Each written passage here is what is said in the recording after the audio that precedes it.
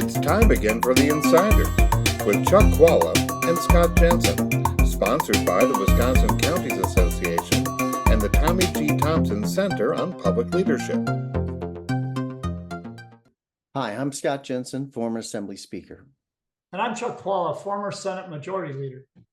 And we're the Insiders, and there's a big thing coming up for folks like us who love to watch politics on television. We've got the Democratic National Convention coming. Kamala Harris seems to have this is her big moment on the stage to remake herself, to make her case to the American people. How do you think she's going to do, Chuck? And are they going to get a bounce out of this convention? I think she'll do a great job. And Walz seems to be a good, surprisingly good campaigner, I think, for many people. He's already come up with calling the Republicans weird. That seemed to stick. He says, mind your own damn business. That seems to stick. The guy seems to be kind of Midwest nice. We want to call it Midwest nice or Minnesota nice. And by the way, the nice thing for Wisconsin is having this guy next door to us should help us in Western Wisconsin and help a little bit on the overall ballot. And I think also having a Midwestern there is good.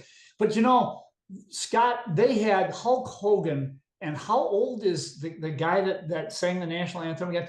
The good thing about Democrats is we actually have some real stars, not fake stars.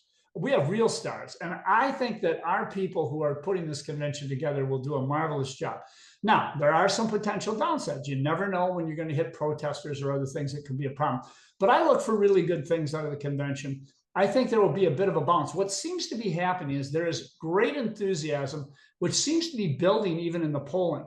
So I think that could continue. I think it probably will continue.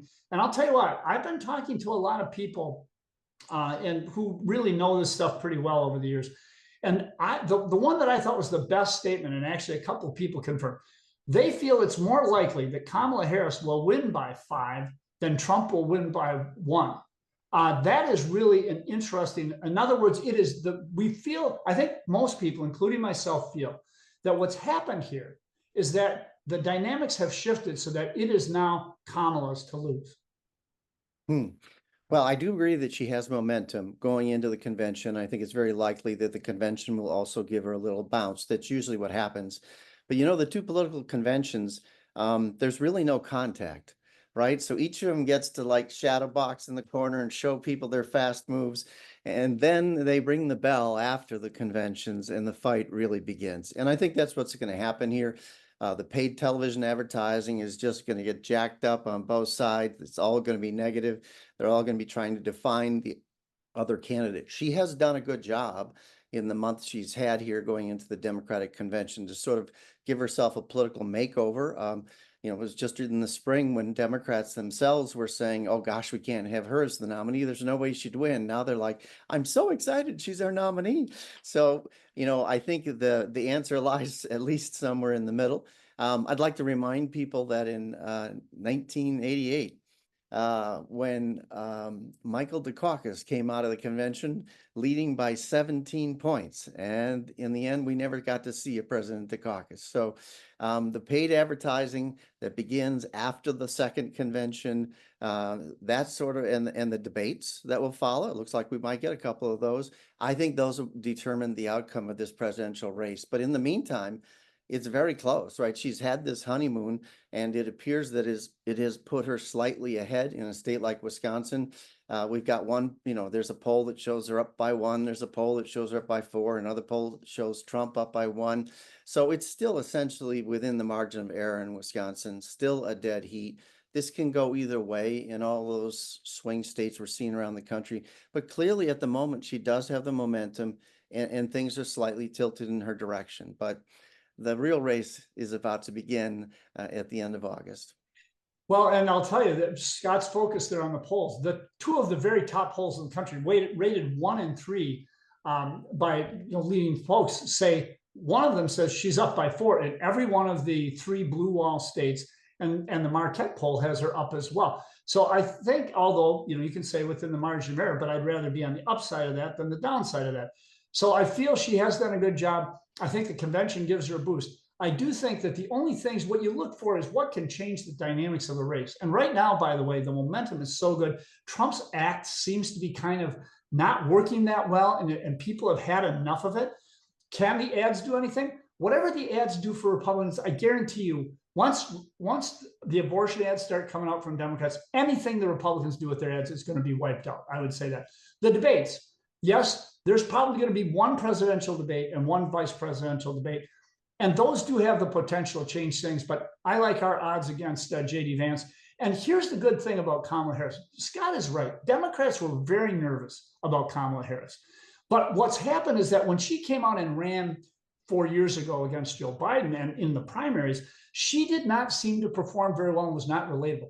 My goodness gracious, is she relatable now? She has grown and learned. And that's the mark of a good leader. It's the mark of a good anything, is that you grow and learn in the space that you're in.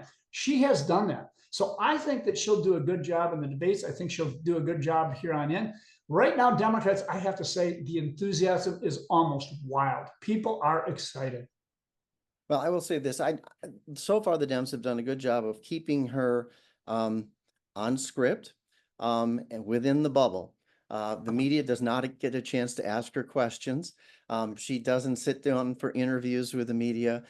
She stands before the teleprompters and delivers her lines with a smile. All that is very effective. I don't have any doubt about it.